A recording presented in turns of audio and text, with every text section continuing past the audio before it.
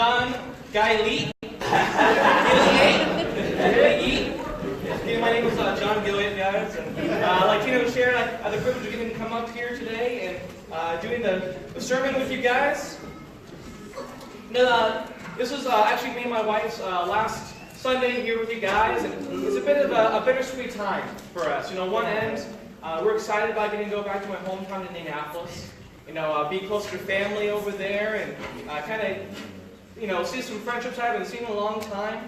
I'll be going to school there at ICOC, as some people like to call it. My wife has a great job opportunity over there at Rolls-Royce. It's the aviation side, though, not the car. We can't get you guys any good discounts, I'm sorry. But, we're excited. But, at the same time, we've been having this feeling a heavy weight. This church is our family. It's where we've been. I've been here for the last 4 years. My wife was going to be here with me kind of 2 years. She was visiting me when I was dating, but she's really been here for the last year. And we need some lasting friendships and relationships. It's going to be hard for us to move on and go to India and be away from you guys. But that's what I'm going to be talking about today is this family and unity and being together. And I want to share a quote with you guys by Gilyeat. The quote says, "What greater thing is there in life for the human soul than to be joined for life, to be with each other in silent and unspeakable memory?"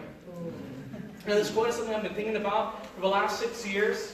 I've been in the Air Force and I've moved all over the place. The military, we have a mindset of I can move anywhere at any time at a moment's notice.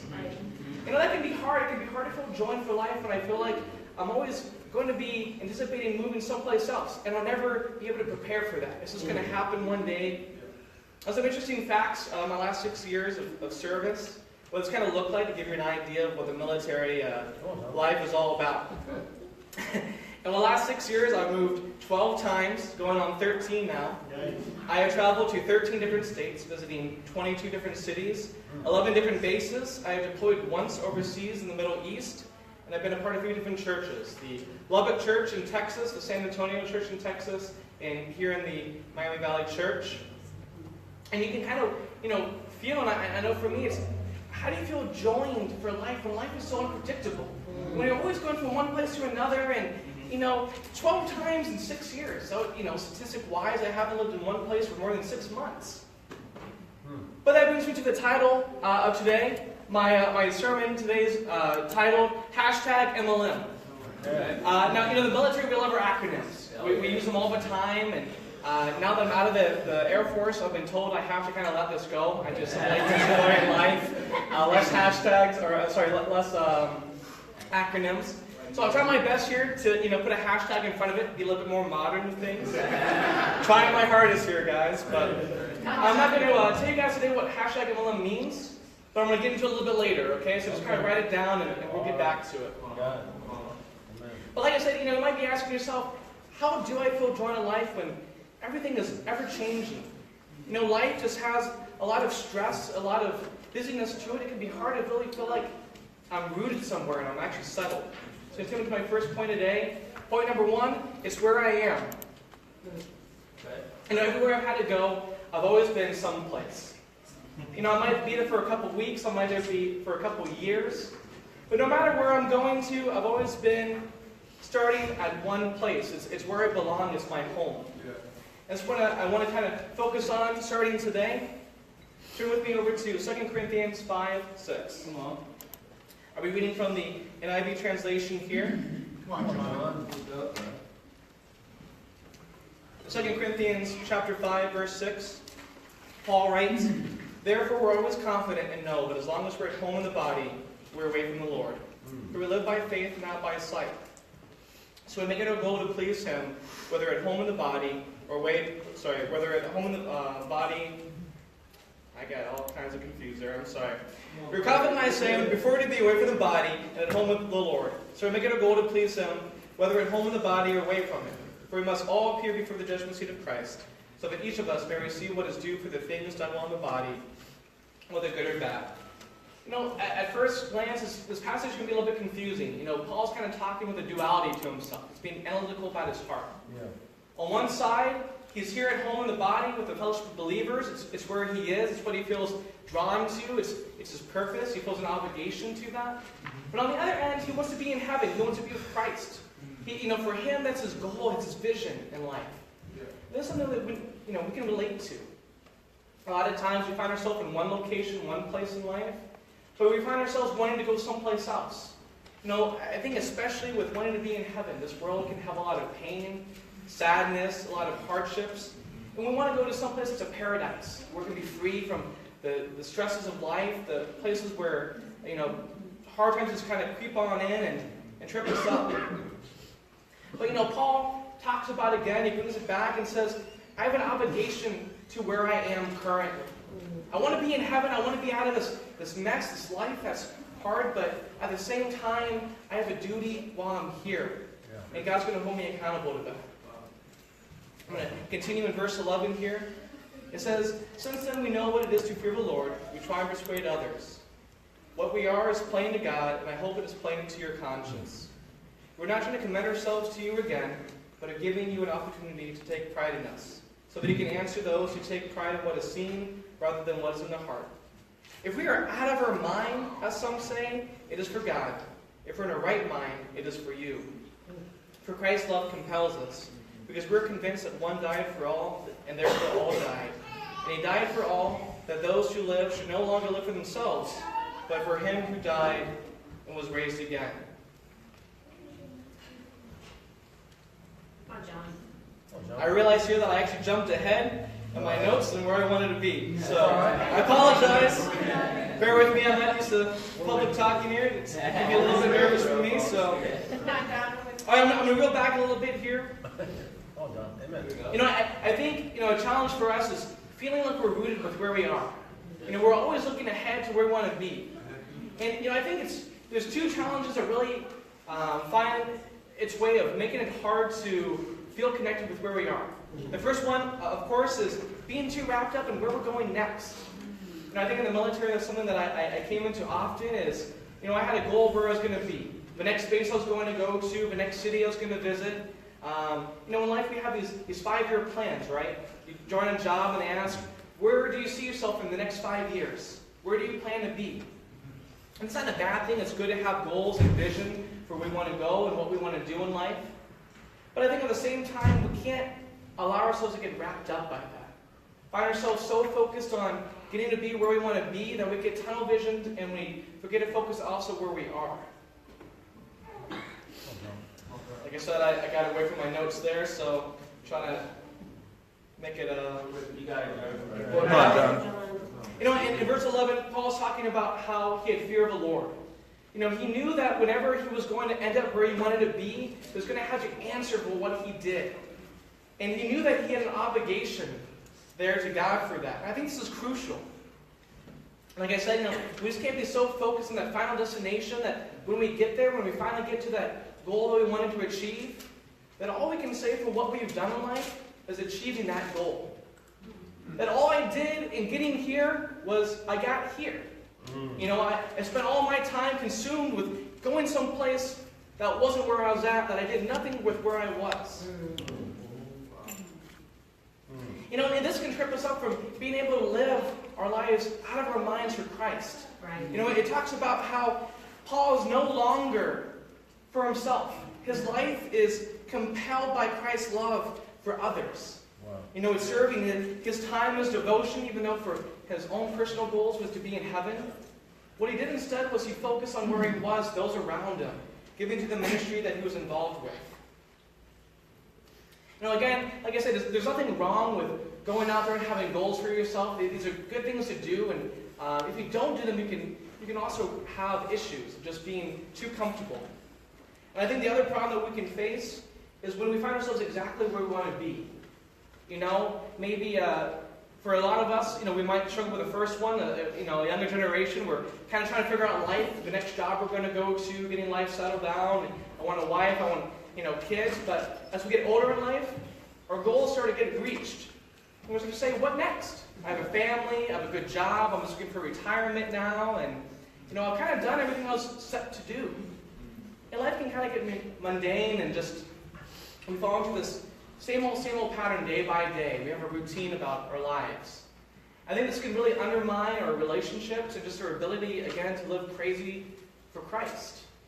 If we're living a routine, we're kind of checked out with really where we are. We're not invested in what's going on around us. So, what do we do to break away from that? Break away from the routine of life? And I think one thing that we usually do is we go on vacations, right? Someplace nice and warm. We go to Florida or Texas, Hawaii, someplace that's nice and has a lot to do, a lot of good food to eat. And me and my wife, we're actually going to take a little mini vacation this next week while we're moving and everything with her sister and nephews. We're going to go over to Florida and visit the Harry Potter world over there. So for us, we're pretty big Harry Potter nerds, so this is like going to Paris for us. But, we go on vacations and they're nice and they break away from the routine of life. But the hard thing about that is that they don't happen very often. It maybe only really happen once or twice a year if we're lucky, maybe even sometimes longer than that. So, we do other things like hanging out with other people, get involved. We have events like ICOC, Reach, Thunder over Louisville. These other things that involve our life and break the routine of things. But I think the challenge is we have to be able to initiate these on our own. Day to day, each and every day. Wow. Because if we don't, we're always just waiting for that event to fall into our lap. We're not actually going after, actively trying to find these things to do with other people. And I was looking on the internet to find things that can help us break the routine of our lives. These are just some suggestions that I found on the internet. They're not too spiritually focused. This wasn't like a Christian website I went on. That was like a sinful website, but it just wasn't. It wasn't spiritually mindseted in that way. But these are just some suggestions. They're not commandments or anything like that, but to kind of get the wheels turning a little bit of what we can maybe do. Some practicals for us. The first one was experience new things together. Try something you've never done before. Another one was be active together. Have other people with you and be dependable in that. Another one was create things like arts and crafts, things that you can do with your hands, but also it went on to say that you can also build friendships and unity and different relationships. You can create things together. It said include others that you wouldn't normally include. Include people with a different mindset than you, who feel a different way, see things a different way. You gain some perspective in that. It said learn together. It said also you want to share celebratory events and accomplishments. And they said that the number one reason why people leave their jobs is because of a lack of recognition and praise. But it also went on to say that it doesn't have to be anything fancy. It doesn't have to be a wedding or a graduation, but it can be as simple as celebrating a lasting friendship with someone. Yeah. And then lastly, it said this should be spontaneous. Find ways that you can just go out of your way and do something that you didn't plan. And I think these can be great ways of helping us get out of our mind and just try something new, break the routine of our lives. And I think a key element, a key part of being committed to where we are is what we're doing. It's what our actions are being a part of. And it's going to take me to my second point here. Point number 2, it's what I'm doing. Yeah. Come on. Wherever I found myself in life, I found myself always doing something. And our life is filled with things to do. And so much so that we usually try and write them down and plan them and organize them. Because we get overwhelmed with the things that we have to accomplish day in by day out. I know for me personally, a lot of the times, I get a little bit selfish. I get a little bit wrapped up in myself. I'm always doing all these other things for other people. Where do I find my time? Right. When am I going to get to do what I want to do? And I can struggle with that. Turn with me over to 1 Corinthians chapter 9, 19.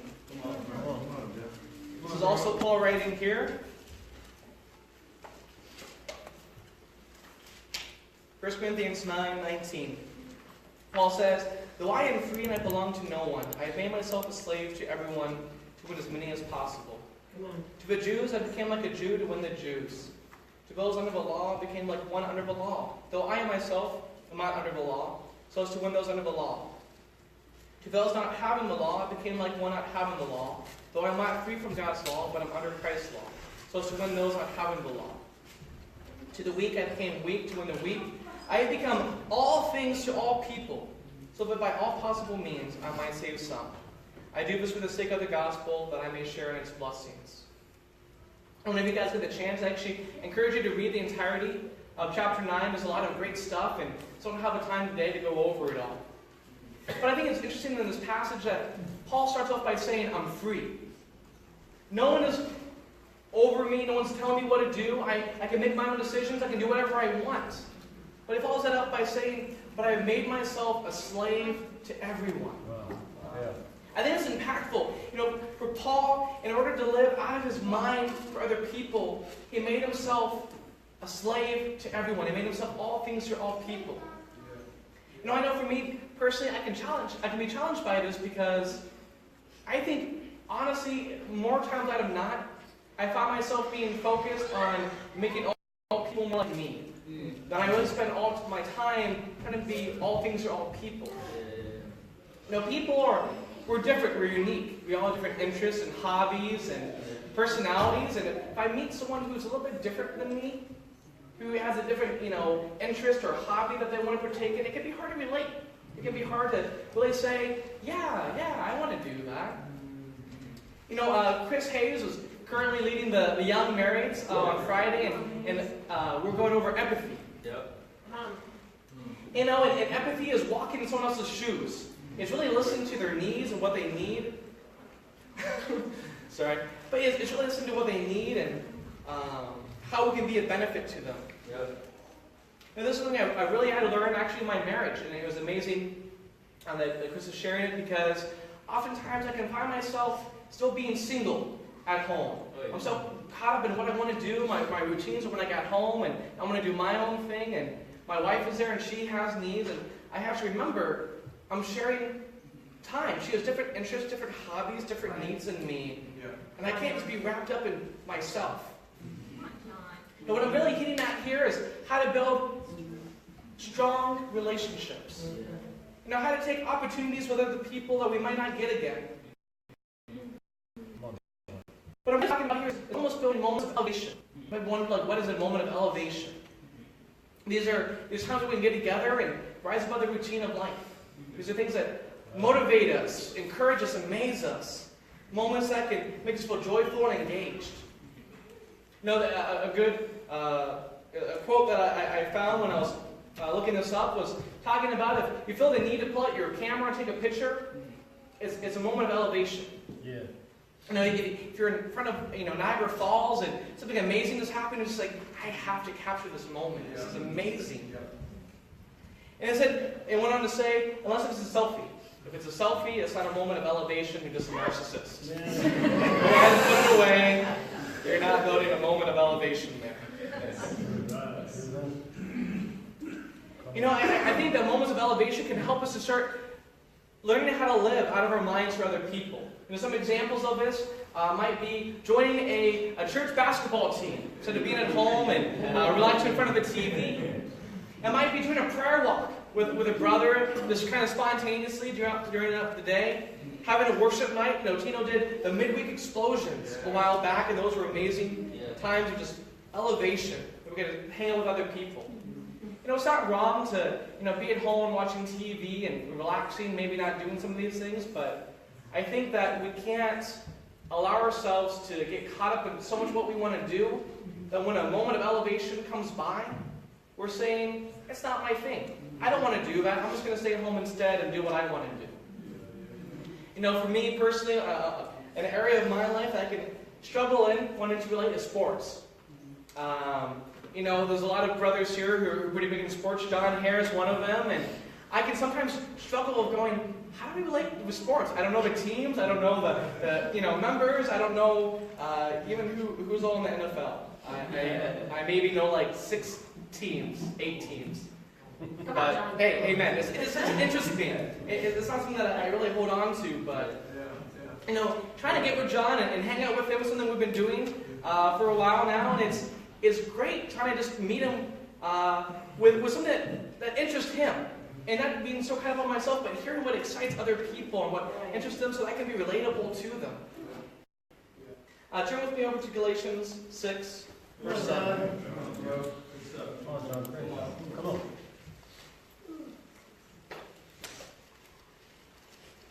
Galatians 6 says, do not be deceived. God cannot be mocked. A man reaps what he sows. Whoever sows to please their flesh, from the flesh will reap destruction. Whoever Souls who please the Spirit from the Spirit will reap eternal life. Let us not become weary in doing good, for at the proper time we will reap a harvest if we do not give up. Therefore, as we have opportunity, let us do good to all people, especially to those who belong to the family of believers. I want to ask you guys a little bit, just reflect on this as you're sitting here. Do you really feel that your actions, do you really feel like the things that you're doing is reaping something that's going to be pleasing to the Spirit? Do you find that where you are in your life, being part of a church where you are here, that you're actually going after all these moments? Are you letting some of them slip by? Are you getting engaged with the church, being at all the different events? Are you going to take in each and every moment to reach out to people in your life, those around you? Are you really finding times that you can serve, and not just serving people as the opportunity comes up, but even looking for needs of the church and taking that initiative on your own hands? It's going to lead me to my third point here. Point number 3 is out of my hands. Something that I've had to deal with in life is the idea of I'm not always in control. There's times where I was ripped away from places that I wanted to be. There's times that I found myself not ending up getting to do what I wanted to do, but having to do something else instead. And in the military, you really are a slave to the military. You do exactly what they tell you to do, and you're going to be happy about it. Whether you want to be or not. This is hard. I think during these moments when I had to move away from places I wanted to be or do things that I didn't necessarily want to do, I gave up on dreams and relationships and things that were important to me. It was the hardest for me during those times to feel connected and joined at life. Because I felt like I was literally being ripped away from the things I was joined with and being put in another environment that I didn't really know yet if I wanted to be joined with. I didn't know how I felt about it, but I knew about how I felt with where I was at. And I think it's those moments that we really have to go and focus ourselves on here in the moment of where we are. Yeah. Turn with me, this will be my last scripture today, over in James 4. Yep. James 4, verse 13, it says, "Now listen, you who say, 'Today or tomorrow we'll go into this city, spend a year here, carry on business, and make money.' Why, you do not even know what will happen tomorrow. What is your life? You are a mist that appears a little while and then vanishes. Instead, you ought to say, 'If it is the Lord's will, we will live and do this or that.' Excuse me. As it is, you boast in your arrogant schemes. All such boasting is evil. If anyone then knows good that they ought to do and doesn't do it, it is to them." A lesson that God has had to teach me over and over and over again is that I am not in control of my life. The things that I want to do and the places I want to be, sometimes I can meet my goals, sometimes I can go to those places and do those things, but more times than not, I found myself not always getting to do the things that I have on my heart to do. Sometimes I'm being called to go someplace else. Sometimes financially I just don't have the money to do what I want to do. But what God has been teaching me is that I just have to embrace with where I'm at. I have to embrace the moment for where I am. And I can't let the moments of good that come into my life be pushed off to the side. I can't say, well, you know what, today I don't want to do the good I want to do. I'm going to push it for tomorrow. Tomorrow I'll do that. Today it's going to be about me. Because we never have a guarantee that we get that moment later on down the road. Right. I don't have a guarantee that beyond this moment right here with you guys, I'm going to have another moment. This might be it. I hope it's not. I mean, that won't be a good way to end this sermon, but hey, amen. But God says, John, your time is now. But my time is right now. Yeah. Wow. Yeah. All I can do is live in every moment of my life and embrace where I am right now. Me and my wife, we like to plan things out. We like to have a calendar. We actually have it for a couple months out. And we like to kind of figure out our life, what things are coming up and what we're going to be involved in. The last maybe month or so, we've got to kind of throw that out and just say, well, so much for that. We're getting ready to move, and we have this vacation coming up, and we try to back out of it, and we can't, so tickets are bought back in December, and oops. But we're we're reaching this point of, okay, like, every moment we get, we have to embrace it for what it is. We have to hang out with these people, try and make every chance, every opportunity that we have in our weeks and our days to spend time with you guys, because we don't know what the future holds. Yeah. We hope we can come back. We hope that you guys come and visit us, and we're sincere about that. Visit us. My wife cooks amazing. I'm a chef in training. You can ask Tino. I think I do a pretty good job. I've been learning. Brian can kind of touch on my own cooking, but I think I've gotten a little bit better since then. So, amen. But we mean it. We want to be involved here. We wish we weren't leaving. And until we leave, we are here. One thing we had to struggle with is we wanted to start maybe planning relationships and getting to know people in Indianapolis, or planning for that, and we said, we can't do that right now. That's not where we are in life. When we're there, we'll take care of that. But right now, we're here, and that's going to be our main focus. I made a lot of lasting memories with you guys. This has really become my home and my family. When I first came here, I'll be honest, it's sin for me, but I did not want to leave Texas. I did not. I love the West Coast, and growing up in the Midwest in Indianapolis, I'm like, great, the Midwest again. Okay. Well, Indiana's not really any better, to be honest with you guys, but hey, but I'm in the Midwest again, amen. But God has been growing my heart over the years. And I can honestly say that leaving here now is as painful for me, if not even more painful, when I had to leave Texas. I thought leaving Texas was going to be the hardest thing I ever had to do. I felt like, God was blessing me left and right, and coming here, it's just, I don't want to leave. Like, we're leaving, and I want to be close to my family, but at the same time, like Paul, I'm torn. I'm going to one place, and I want to be here. Can I live in like two places at once? I live in Richmond, Indiana. It's basically the midpoint between the two. But today I want to share some memories with you guys, some things that really meant a lot to me. And these are my hashtag MLM album. Experiencing some technical difficulties, but we'll be up here in just a minute.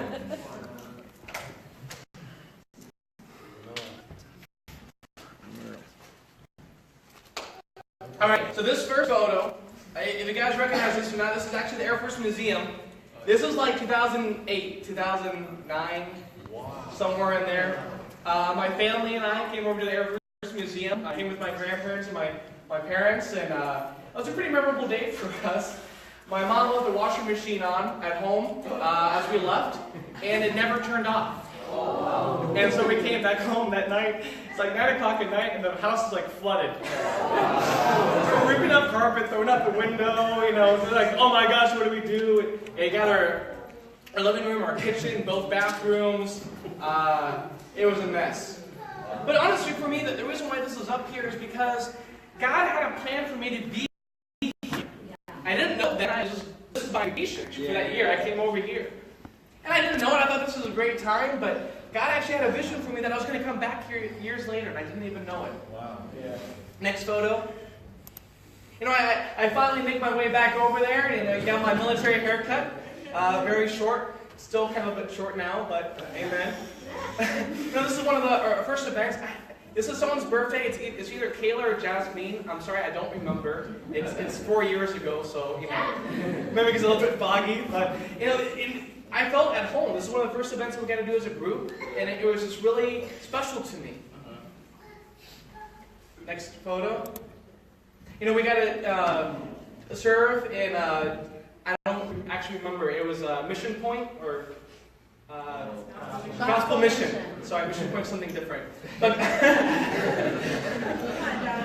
we got to serve a gospel mission and serve food to the homeless and the needy. And to me, this is one of my favorite events that we used to do. At times, I struggled because it was like every other Saturday. I was like, man, I want to do more of my thing. But the times that I went there, I never regretted it. It was the best times with people, getting to serve with the church. I made a lot of really great memories. We're all getting to wear Hope shirts. Next photo. And then Moxie and me came about the same time. We were both outsiders coming into Ohio, and we ended up twinning it that day. But it was something that, that friendship meant a lot to me, and just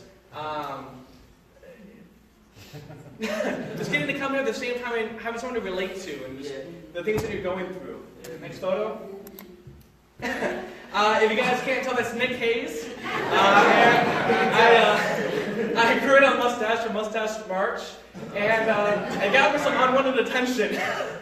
It made me feel uncomfortable, but me and Nick we're great friends, and this is one of my favorite moments of just our goofiness together and the ways we got to hang out and have good times. Next photo. And pumpkin shucking, you can't really tell. I think there's a little bit of a pumpkin behind, I think, Brian's head. You can just barely see it.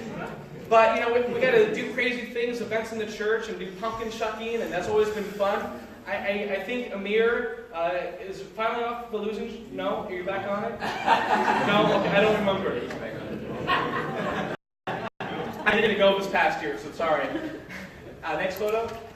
We got to host people over at our apartment. This is the Super Bowl in 2015. Like I said, I'm not a sports person, so I kind of did this for other people, but it was a fun event. I love socializing and getting to watch the commercials. That's basically what I watch the Super Bowl for. Next photo. This is actually an engine that we're taking out of one car and put into another car for Brian. I had a couple good videos from this, and I got to actually spend the day with Sterling, and this is one of my favorite memories of just getting to be with him and kind of do something that he wanted to do and work as a project, all three of us. Next. And of course, I met my future wife here in Ohio. It wasn't in Dayton, but in Ohio, and we started getting together, and I would pick on her a little bit too much sometimes, but hey man, she wasn't too fired up about this photo. But it was some lasting memories for us. Next photo. And we had a Brothers Encouragement Day, and that was pretty special for me. Next photo. And I had some awesome roommates while I'm here. I lived with Sterling and Brian for the majority of my time here. I just got back from deployment, and we're in this house, and we don't have any of us a bed to sleep on. So we're sleeping in the living room. Basically, we got some blankets together and had a little summer party out there. Aww. But it brings back all these thoughts of getting to be with these brothers and the lasting memories and friendships we've made. Next photo. And then my bachelor party, Johnny did a great job with that, except for the mayonnaise sandwich I had to eat. I wasn't so fired up about that. But we got to go over to someplace in Cincinnati. It was Full Throttle. Yeah. And we got to do some go-karts. I learned I wasn't a great racer, but Johnny, however, Jay Freeze, he's a great racer. He did great. I did not do so great. Next photo. This is Ramon. He wasn't so fired up about me doing this photo, and he was like, John, I have to know, where are you using this photo in the sermon? I have to know what Ramon where it is. I'm sorry. But this, we're hanging out with the young marrieds, and Ramon, I guess, just has really short hangers. Because he hung this up, and it kind of has some football, cleats in his sweater there. I'm not really sure what was going on, but it was a great memory, and just getting to hang out with the young marrieds. We just have an amazing young marrieds group here. Next photo.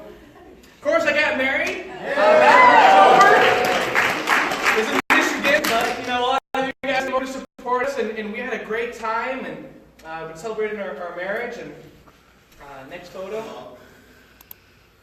I took to explain this real quick because my wife pointed this out to me. When I took the photo, I hadn't started cooking the rice yet. So you see the rice in the frying pan in the back? I'm not frying the rice. It's just there. It's not even on heat. It's just there before I put it inside the pot. I don't know what I was thinking, guys. I really don't. Cooking for other people has been really encouraging for me to do. It's been fun, and my wife's been helping me out. And you can ask Tino. I think I got to make some really nice food. So it's been some of my favorite times hanging out with them. Next photo. Me and John here, like I said, we're beginning together. I've been unemployed now, so I've had a lot more free time. And he can work from home, so we get together during the day, kind of go on these little lunch dates together, and it's fun times. Next photo. This might be a video. It's one of it too. We're getting close. Yep. So this is actually a Thunder 2 years ago. And you might think I'm taking a video because of the fireworks, right? It's great, Thunder over Louisville. But honestly, this is my favorite memory here. You see, that night when, in particular, was really special. I told my wife, my future wife, for the first time that I loved her. Aww. And I kissed her on the cheek, and in both literal and figurative ways, fireworks were going on.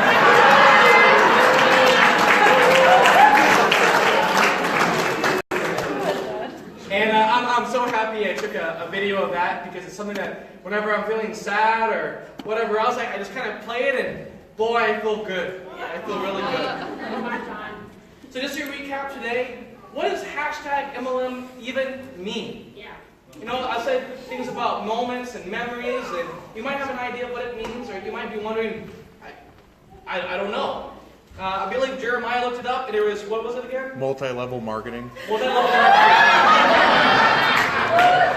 As Bible Google tells you, MLM is not multi-level marketing. Right? What it means is, it means making lasting moments. There we go. You know, when this was sharing with me 5 years ago, we had a campus ministry that was trying to, find itself a home, a family, with people from all different parts coming together, and they wanted to focus on making these lasting moments with each other. I think it's important just to specify here, it does not mean making lasting memories. You see, moments that we invest ourselves in become lasting memories for the future. However, moments are not made from memories. You can't take a memory and make it into a special moment, but you can turn a special moment into a special memory. You know, it's where we are, it's what we're doing, and then at the end of the day, it's something that we can't even control. I want to share this with you guys. An unknown author, and it says, "The past is gone forever, and what the future holds. Our todays make the lasting memories of tomorrow." I love you guys. Thank you.